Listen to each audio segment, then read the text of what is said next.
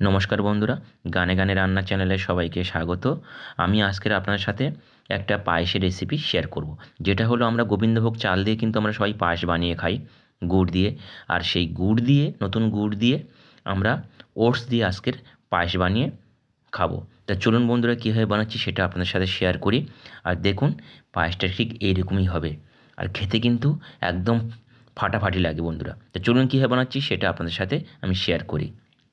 প্রথমে একটা ননস্টিক কড়াই বসিয়ে দিয়েছি। এর মধ্যে 100 গ্রাম ওটস নেব আমি।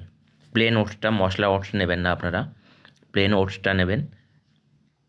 নিয়ে আমি এখন একটা একদম লো টু মিডিয়াম আঁচে ভাজবো, আর ভাজতে ভাজতে আপনাকে ছোটো করে একটা গান শোনাবো।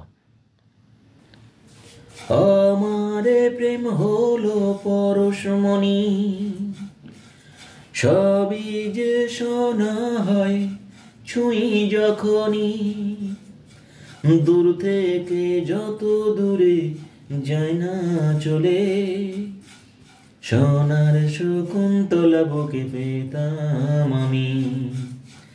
আংটি থাকুক না থাকুক তার আঙুলে, যেতাম না কখনো যে তাকে ভুলে। থ্যাংক ইউ বন্ধুরা, থ্যাংক ইউ। দেখুন এইভাবে আমি কিন্তু ওটসটা ভেজে নিলাম। একদম লো টু মিডিয়াম আছে ভাজতে হবে, যাতে না পুড়ে যায় বা কালো হয়ে যায়। দেখুন একদম রেডি হয়ে গেছে, আমি নামিয়ে নেব। নিয়ে আবারও কিন্তু আমি ননস্টিক কড়াইটা বসিয়ে দিলাম। দিয়ে এই কড়াইয়ের মধ্যে দেবো 500 গ্রাম দুধ। যে কোনো দুধ আপনারা দিতে পারেন, কিন্তু 100 গ্রাম ওটসে 500 গ্রাম দুধ লাগবে কিন্তু এই বন্ধুরা। তো দুধটা দিয়ে আমি দুধটা ভালো করে প্রথমে ফুটিয়ে নেব। দেখুন এইভাবে কিন্তু দুধটা আমি কিন্তু ভালো করে ফুটাবো। দুধটা যতক্ষণ না বলক আসে ততক্ষণ কিন্তু দুধটা ফুটে যত অনেকটা আমার কমে গেছে দুধটা ফোটানোর পরে। এখন আমি দিয়ে দেবো 100 গ্রাম ভেজে রাখা ওটসটা আমি এখানে অ্যাড করে দেব।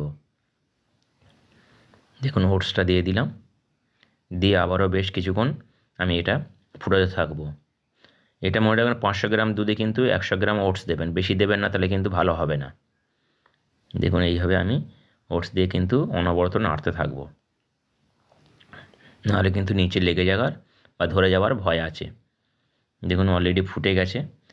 আর আমি এখানে দেব কাজু আর কিশমিশ ভিজিয়ে রেখেছিলাম, কাজু আর কিশমিশগুলো এখন আমি অ্যাড করব। কাজু কিশমিশগুলো আমি দিয়ে দিলাম ভিজিয়ে রাখা। দিয়ে আবারও আমি কিন্তু জাস্ট এটা একটু নাড়াচাড়া করে নেব।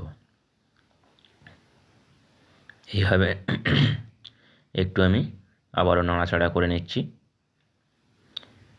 যখন একটু ঘন হয়ে আসবে তখন আমি এখানে অ্যাড করে দেব এলাচের গুঁড়ো। আমি এখানে অ্যাড করে দিলাম। এলাচের গুঁড়োটা দিয়ে আবার একটু নাড়াচাড়া করে নেব।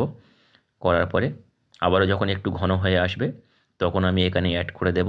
আর দেখুন কতটা ঘন হয়ে এসছে, এরকমভাবে অনবরত নাড়তে হবে যাতে না ধরে যায় বা লেগে যায়। দুধ কিন্তু পুড়ে গেলে আর খাওয়া যায় না বন্ধুরা। তো আমি এখন 2 বাটি, এরকম বাটি এইরকম মাপে 2 বাটি আমি কিন্তু গুড় অ্যাড করে দিলাম। প্রায় 300 গ্রামের মতন গুড় আমি এখানে, নতুন গুড় অ্যাড করে দিচ্ছি। দেখুন নতুন গুড় আমি এখানে অ্যাড করে দিলাম।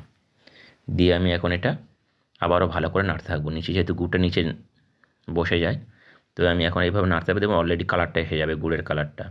আর এটা কিন্তু খেতে খুবই দারুণ লাগে, একদম গোবিন্দভোগের চালের হার মেনে যাবে বন্ধুরা। আপনারা এইভাবে একবার কিন্তু হলেও বাড়িতে ট্রাই করতে পারেন ওটস দিয়ে পায়েস। আর শীতের সময় কিন্তু এই পায়েস, মিষ্টি, পিঠে এগুলো খেতে কিন্তু খুবই ভালো লাগে। দেখুন কালারটা কি দারুণ এসে গেছে।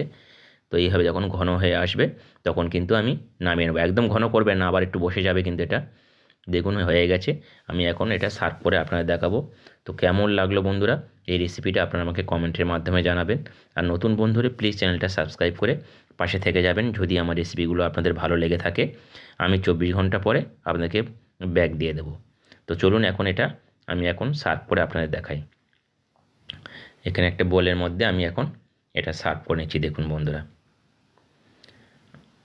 এটা কিন্তু সবাই, বাড়ির সবাই কিন্তু পছন্দ করবে, খেতে কিন্তু খুবই দারুণ লাগে।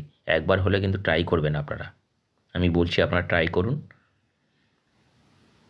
দেখুন কি দারুণ হয়েছে একদম। আমি কিন্তু খেয়ে দেখেছি, দারুণ হয়েছে। আপনারা কিন্তু বাড়িতে একবার হলেও ট্রাই করবেন। তাহলে বাই বাই, আজকের মতন বিদায় নিই। সবাই ভালো থাকবেন। আর এরকম ওপর থেকে এরকম ডেকোরেশন করে দিতে পারেন দেখুন। আনার দানা দিয়ে। কি দারুণ লাগছে। বাই বাই, টাটা বন্ধুরা, আবার দেখা হবে নতুন রেসিপি নিয়ে আপনাদের সাথে। ততক্ষণে আপনারা ভালো থাকবেন, সুস্থ থাকবেন। Bye bye, tata.